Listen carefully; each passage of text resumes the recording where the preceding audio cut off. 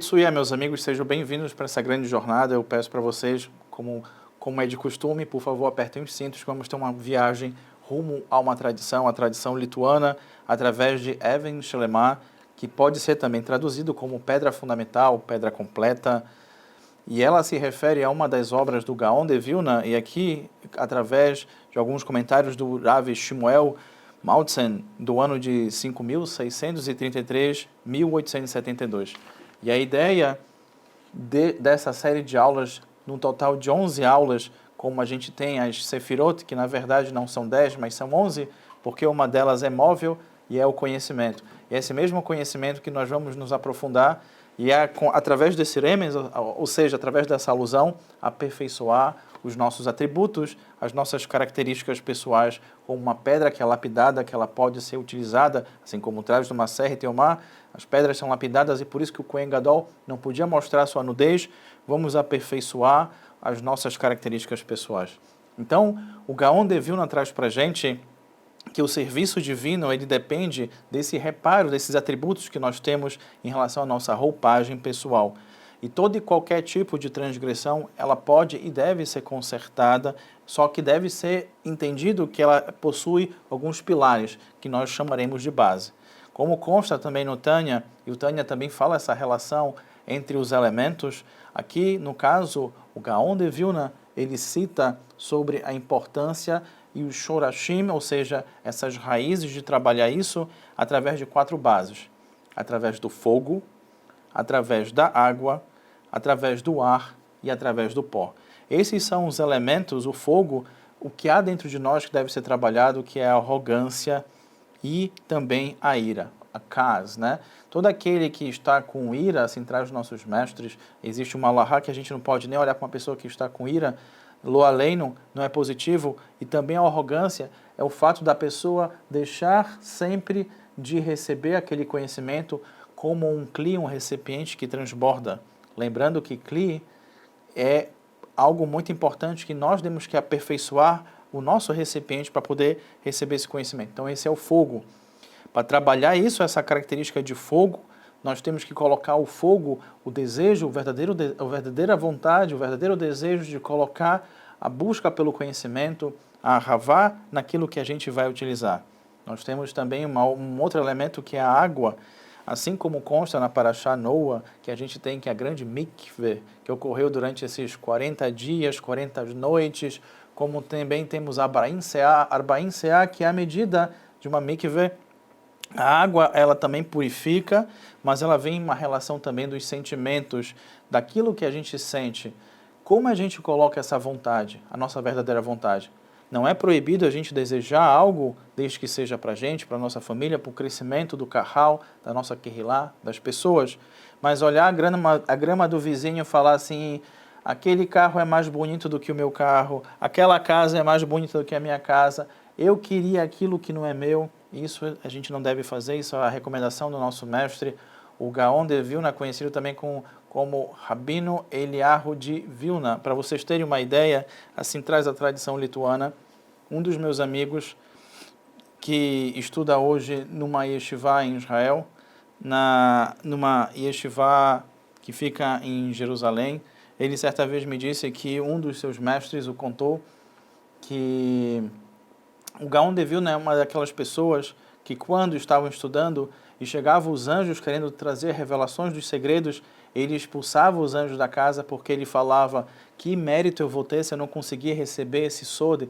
Eu mesmo tenho o mérito de tirar esse sod da Torá Kedoshá. Então esse é o Gaon de Vilna, aquele que vê e mostra para cada um de nós que a gente pode trabalhar e aperfeiçoar as nossas características. Claro que os nossos mestres da Hassidut dizem que os mensageiros de Hashem, que são os anjos, devem e são bem-vindos, como a gente faz toda sexta-feira com Shalom Aleichem, e a gente traz os anjos, mas o Gaon de Vilna, ele trazia uma forma de ver que a gente também tem que esforçar e utilizar essa água, essa mabilidade da água de percorrer, e como traz também na Guemará, do nosso querido Rabi Akiva, água mole em pedra dura, tanto bate até que fura. Como você está lutando para conquistar aquilo que é seu? É o que o Gaon de Vilna ensina para a gente. Quantos passos você está indo rumo ao seu objetivo? Ah, eu não consigo isso, eu não consigo aquilo. Retire eu não consigo e coloque eu vou para cima e por mais maleável que eu seja, eu vou conseguir formar e furar até aquela pedra como é a água. O ar, esse ar que tudo voa, ele traz para a gente sobre a questão da língua, porque, como traz na tradição árabe, palavras voam aos ventos. Mas de que forma a gente está utilizando a nossa língua? Hafetz Haim traz que a gente tem que ter Shemirat Halashon, porque o falar é como uma arma que, assim como pode salvar uma vida, pode também levar uma vida à ruína. Então a gente tem que saber o que falar, como falar, com quem falar e a hora de falar. Isso é tão importante o quanto. E por fim desses elementos, o pó, que ele traz, que é a preguiça e a tristeza. Hoje, pesquisando sobre artigos do que seria um dos maus da humanidade nos nossos dias, eu percebi que a depressão já não é tão pontuada nesses artigos científicos da tradição da medicina. Em si, a procrastinação, que é um aspecto da preguiça. Aquilo que a pessoa tem uma boa característica, ela tem a ferramenta para poder utilizar e ela fala assim, eu vou fazer isso mais tarde ou amanhã, e ela procrastina. Isso cria um processo de retenção do que poderia ser uma revelação e uma verdade. Então, aquilo que a gente pode fazer, além de tudo aquilo que a gente percebeu dentro do pensamento da psicologia moderna, da resiliência, que é o ato não somente de se moldar, mas de ser resistente a esses atributos, essas atribulações, nós temos também o processo de não procrastinar, observar aquilo que precisa ser feito e fazer dentro do timing. Timing não é só is money, como fala nos Estados Unidos, mas time is life. Time, o tempo também é vida. Então, esses atributos, e assim como traz o Gaon de Vilna, eles podem trazer para nós e acrescentar mitzvah. Então, quando a gente acrescenta uma mitzvah, a gente começa a trabalhar essas características. Claro que com uma escada, um degrau por vez, mas como traz também o Rabino Isaac Dishi, da congregação Mekor Haim, numa escada nunca existe estar parado. Os únicos que estão parados são os anjos. Ou a gente está subindo, ou a gente está descendo. Então, escolha estar subindo, escolha estar estudando Torá, escolha estar fazendo mitzvah, escolha estar percebendo naquilo que você pode crescer nesse momento. E, claro, nós temos que nos proteger de toda e qualquer transgressão que seja vinculado com a Yetzer Hará. Não sei se vocês conhecem, mas ela tem mais alguns outros nomes.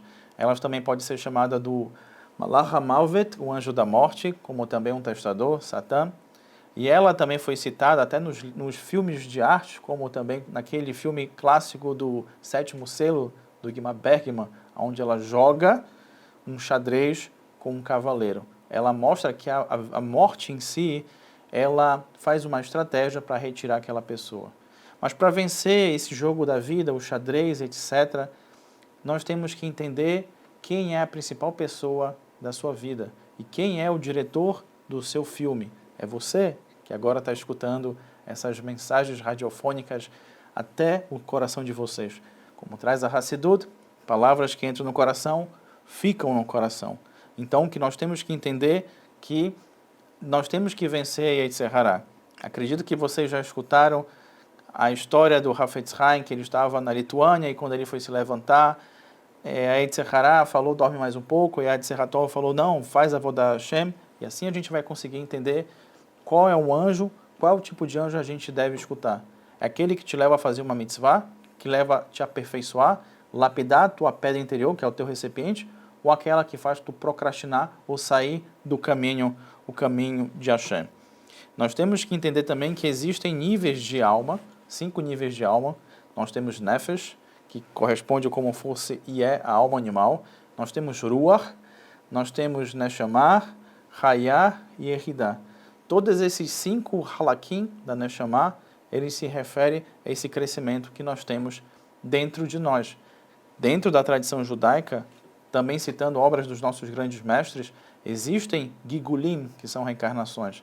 E um animal, assim como uma pedra, que tem vida e pode fazer a sua diferença dentro da nossa tradição. Uma grande pergunta que a gente pode fazer na nossa vida é se Yesh mazal ou em mazal?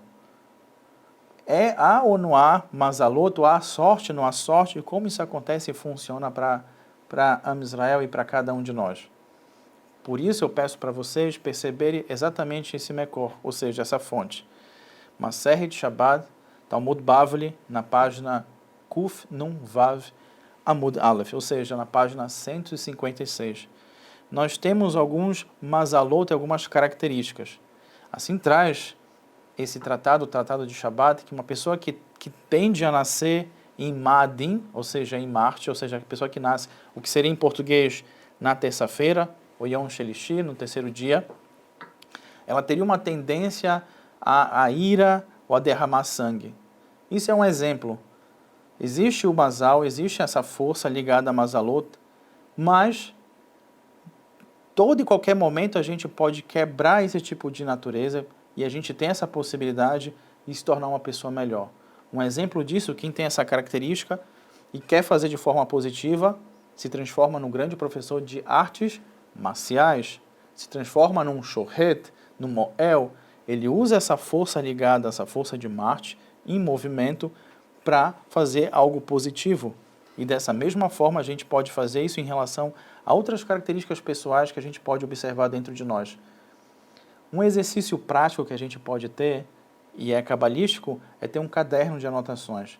Assim como é recomendado a gente anotar os nossos sonhos, os que a gente tem quando acorda, ou os nossos sonhos, aquilo que a gente deseja, é importante também a gente compreender as nossas características pessoais.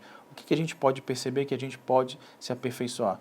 Isso é parte daquilo que a gente chama de Hesbot Nefesh, né? Fazer as nossas Hesbonot, fazer os nossos contos, os nossos cálculos, de que forma a gente pode trabalhar o nosso coração e de que forma a gente pode se tornar melhor hoje do que foi ontem e sempre com muita alegria.